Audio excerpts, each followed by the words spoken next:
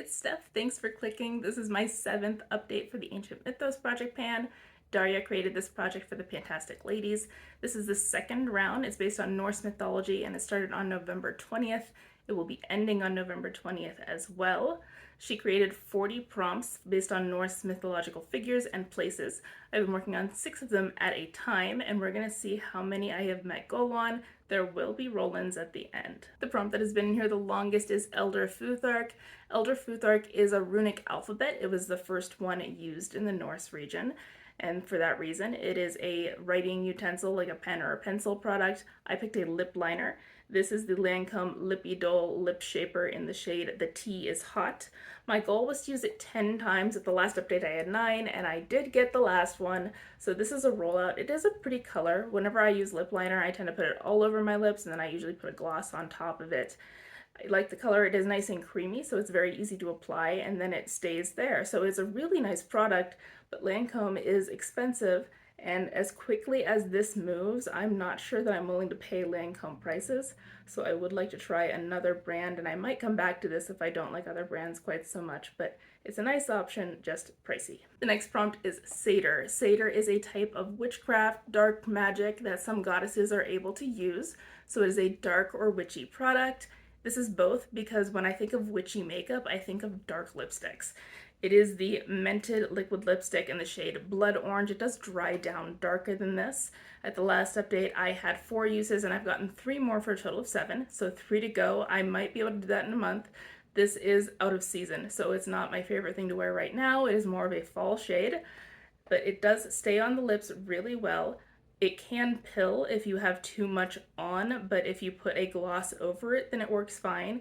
If the gloss is on top, then it doesn't really set those, so you kind of have to be careful about your hair getting on your lips and then smearing all over your face.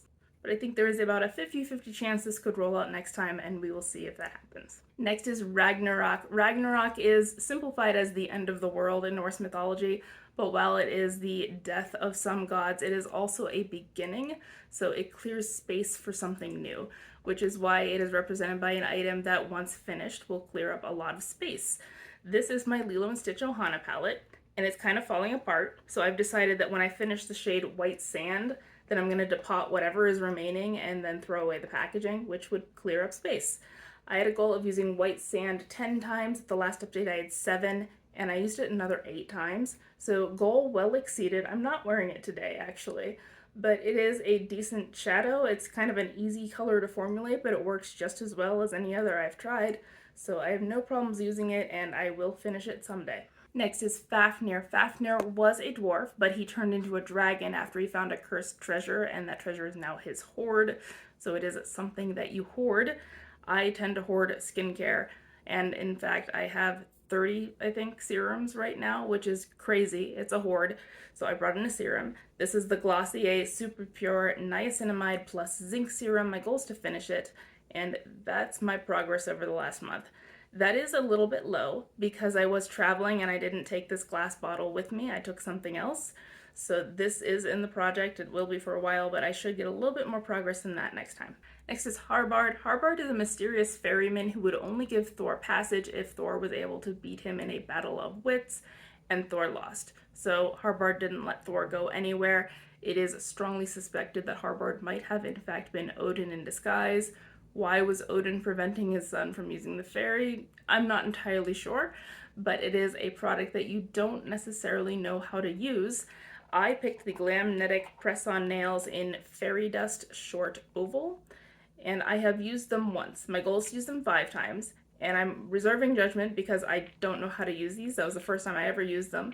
I want to get a little bit more practice in order to form an opinion because I'm sure that there was user error involved, but I will try at least one more time before the next update, and then I will let you know what I actually think. The last prompt that I was working on is Fenrir, and Fenrir is a giant wolf, so he is represented by an animal-themed product.